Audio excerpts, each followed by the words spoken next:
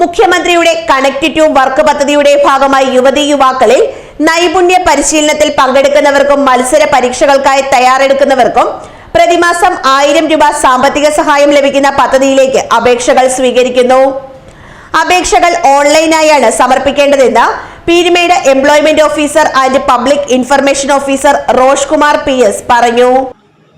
ഇപ്പം കേരള സർക്കാരിന്റെ chief minister's connect to work scheme എന്ന് പറഞ്ഞൊരു പരിപാടിയാണ് സ്കോളർഷിപ്പ് കൊടുക്കുന്നത്.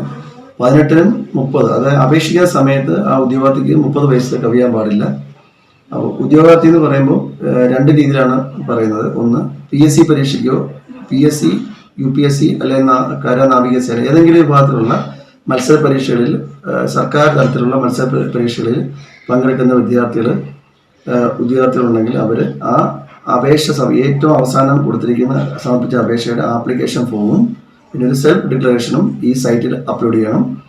അതുകൂടാതെ അവരുടെ വരുമാനം 1 ലക്ഷം രൂപ കവിയാൻ പാടില്ലെന്നാണ് ഇപ്പോഴത്തെ നിയമം.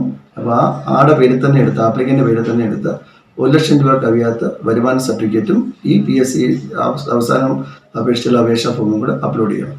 ഇനി ഇദ്ദേഹം PSC UPSC അല്ല മറ്റ് മത്സര പരീക്ഷകൾക്ക് പഠിക്കാത്ത ആളാണെങ്കിൽ അത് വേണ്ടതെന്ന് വെച്ച് കഴിഞ്ഞാൽ അത് ഏതെങ്കിലും തൊഴിൽ നൈപുണ്യം, അതായത് സ്കില്ല് പഠിക്കുന്ന ആളാണെങ്കിൽ ഏത് സ്ഥാപനത്തിലാണോ പഠിക്കുന്നത് ആ സ്ഥാപന മേധാവിയുടെ ഡിക്ലറേഷൻ, അതും ഇത് രണ്ടും പ്രത്യേക ഫോം അതിനകത്ത് തന്നെ ഉണ്ട്. അത് ഡൗൺലോഡ് ചെയ്ത് പൂരിപ്പിച്ചതിന് ശേഷം അപ്ലോഡ് ചെയ്യണം. പിന്നെ ഏജ് തെളിയിക്കാനുള്ള നമ്മുടെ പ്രായം തെളിയിക്കാനുള്ളത് അവരുടെ സ്കൂൾ സർട്ടിഫിക്കറ്റും birth സർട്ടിഫിക്കറ്റുമാണ്.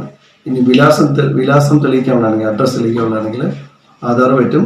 Aadhaar, driving licence, election ID card, passport, school certificate, ഇങ്ങനെയുള്ള ഇതിലേതെങ്കിലും ഒന്നുകൊണ്ട് വിലാസം തെളിയിക്കാം. പിന്നെ ബാങ്ക് പാസ്ബുക്ക്, ഇങ്ങനെയുള്ള കുറച്ച് കാര്യങ്ങൾ മാത്രം മതി. ഇടുക്കിയിലേക്ക് പറയുമ്പോൾ അതിൻ്റെ ഏറ്റവും വലിയ കാര്യം എന്ന് പറഞ്ഞാൽ വരുമാന പരിധി അധികം കവിയാത്തതുകൊണ്ട് എല്ലാ കുട്ടികൾക്കും അപേക്ഷിക്കുന്ന അത്രയും കുട്ടികൾക്കും കിട്ടാനുള്ള ചാൻസ് വളരെ കൂടുതലാണ്. അപ്പോൾ ഈ അവസരം പരമാവധി പ്രയോജനപ്പെടുത്തും.